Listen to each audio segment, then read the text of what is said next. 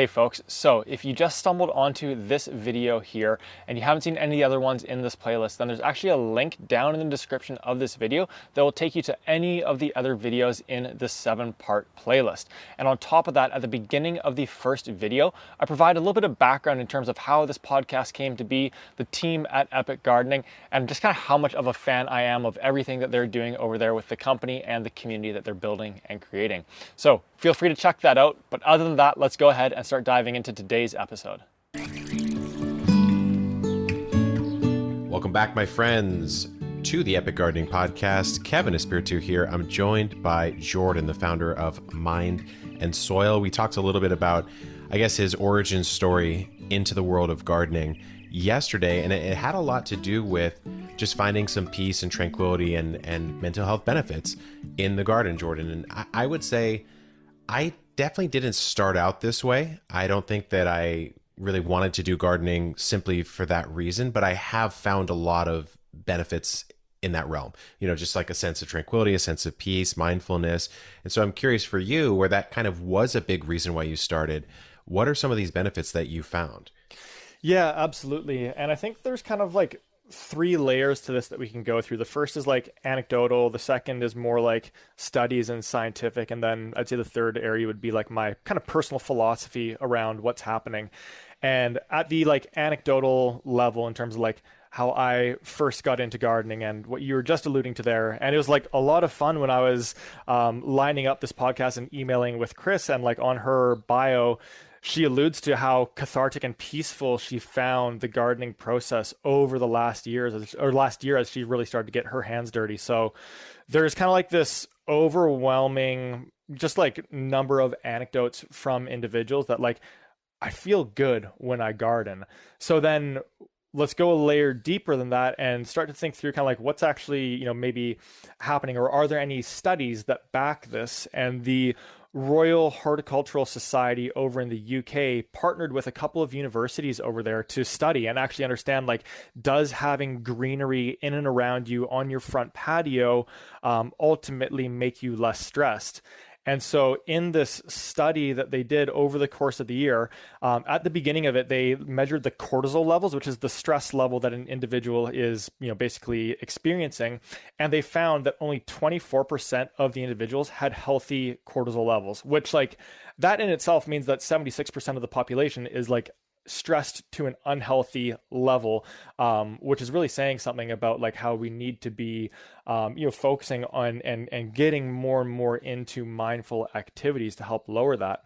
And so then over the course of the year, part of the individuals in the studies, they got basically a little gardening space, probably like somewhat even smaller than what you had at your first house there, where it was just kind of like the front yard area. And, it was about, I think, 1 hour of gardening that they were doing per week. And then at the end of the year, they measured those same cortisol levels. And what they found was that those that had been exposed to gardening over the course of the entire year, their cortisol levels, the healthy percentage went from 24% being healthy to 53% being healthy. So it's like, okay, we now know from a like scientific and study perspective that gardening can help decrease cortisol levels and the stress that an individual would be feeling. What's interesting about that is I've read studies that are similar and not really talking about gardening specifically. I think it was in Japan. It was called forest walking, and they were studying just I believe it was cortisol, but I could be wrong. But either way, I mean, it was walking through the forests mindfully for an hour at a time or something like that, and just the dramatic benefits that people felt. Yeah, and that actually, I think it's so interesting that you bring that up, because that kind of leads into the third piece, which I'd say is like my personal philosophy around what's happening when it comes to gardening, and what you're alluding to there, forest bathing, and the broader kind of realm of study there is nature-based therapy. And at the core of, or one of the core foundational pieces of nature-based therapy is this theory that was studied by Kaplan and Kaplan called attention restoration theory. And what that is that like us as humans, we've got an energy tank. And over the course of the week, right, as we're working away and as we're problem solving, we're using that gas that's in that tank. And then we go home and we've got relationship stuff to figure out. We've got finance stuff to figure out. So by the time that we get to the weekend, we're pretty close to running on empty on that front. And I'm a big believer that what's happened kind of over the course of the last probably decade or so is that time that we would have spent going and playing in the park or being outside in nature is now spent on technology and devices. So we get back to Monday and we're not rested, we're not recharged. We're still kind of running on empty. And so that's using up our directed attention. But the other side of this theory from Kaplan is that you can shift into attention restoration. And there's a couple of key elements to being in attention restoration.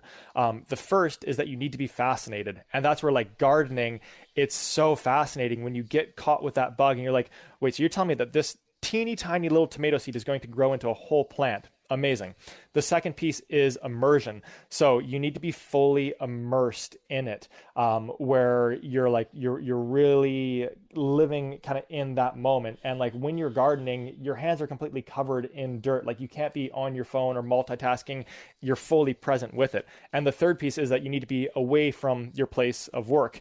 And so by even just moving from being at your desk into the garden, it starts to feel like a little bit of vacation. And so when you have that fascination, that immersion, and away from your place of work, you're shifted out of directive attention and into attention restoration, which is why at the end of a gardening session, you feel so rested and recharged. Or at least that's my theory. No, I mean, it all makes sense. And it kind of just makes sense that like spending time in nature, which is how our species evolved, would make us feel good at just sort of the base level of practical logic instead of, having to go to a scientific study. But it's good to have the scientific studies to back it all up and provide like a deeper understanding of why that's happening.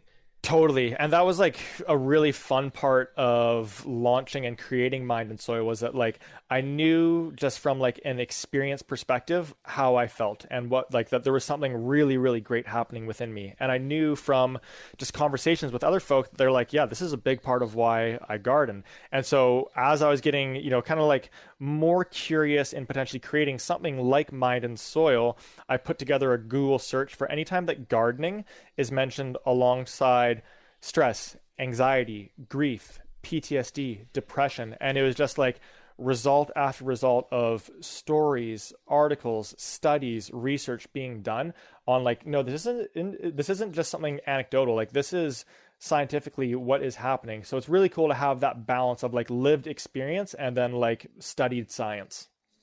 Yeah, and we'll put a couple of those links in the description if you guys are scientifically curious about some of those results. But yeah, we're going to talk a little bit more tomorrow about the idea of antidepressants in the soil, and I think we'll dive into the science there as well with Jordan. So stay tuned, guys. Good luck in the garden, and keep on growing. Epic Gardening will always be an ad-free podcast, but if you would like to support, you can check out my book, Field Guide to Urban Gardening. Here are 3 ways to purchase. You can buy it at almost any bookstore, Barnes & Noble, etc. Check it out on Amazon, just search Field Guide to Urban Gardening, or you can buy it on my shop where I'm offering signed copies, and that's at shop.epicgardening.com. Thanks so much for listening. Good luck in the garden. So let me know down in the comments what you thought of this episode. And then when you're all set to head on to the next episode, you can click on the tile right here, and that's going to take you over to episode number 3, where Kevin and I discuss quite literally the antidepressants that exist in the soil that we're interacting with when we're getting our hands dirty and gardening. So when you're all set, head over there, and I'll catch you on the next video.